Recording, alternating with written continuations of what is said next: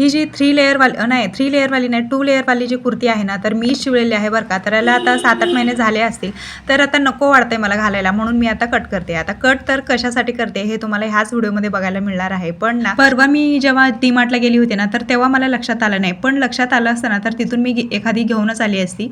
बरं झालं मला लक्षात आलं नाहीये, कारण तिथे मग 200-300 रुपयाला मला फटका लागला असता. घरी आल्यानंतर तेव्हा कळलं की अरे ही गोष्ट तर आपण तिथे गेलो होतो पण घेऊन नाही आलो. मग त्यानंतर मी म्हटली की जाऊ दे आपण त्याच्यापेक्षा मस्त असं सुंदर बनवू शकतो ना. मग काय इथे त्यासाठी ना त्या कुर्तीपासून ना असे 2 मी स्क्वेअरमध्ये कट करून कापड घेतलेले आहे आणि त्याच्यासाठी ना दुसरे एक एक्स्ट्रा ना आतमध्ये अस्तरसाठी मी घेतलेले आहे बरं का. रेड कलरचा तो जो की तो सुद्धा चांगलाच आहे आणि दोन्ही सुद्धा इथे कॉटनचेच आहेत हे फॅब्रिक.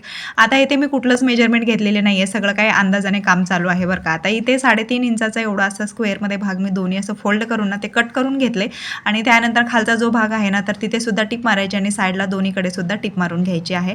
आणि जे स्क्वेअरमध्ये कट केलं होतं ना मधला ॲडजस्ट भाग, तर तो असा त्याच्या अपोजिट साईडला पकडून ना तिथे सुद्धा करायचा आहे आणि तो क्लिप माझ्याकडून मिस्किट झाला, मी शूट नाही केलं.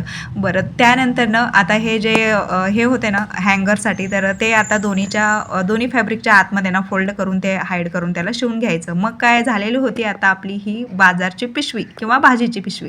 तर तेच म्हणत होती मागाशी मी तुम्हाला, जर डीमार्टमध्ये आठवण आलं असतं ना तर मी एखादी पिशवी घेऊनच आली असती, पण बरं झालं नाही आलं ते. ह्या पिशवीला ना मी चैन लावणार होती पण म्हटली जाऊ दे आता ह्या भाजीच तर आणायची आहे, एवढं काय झाकून लपून आणायचं चैन लावून.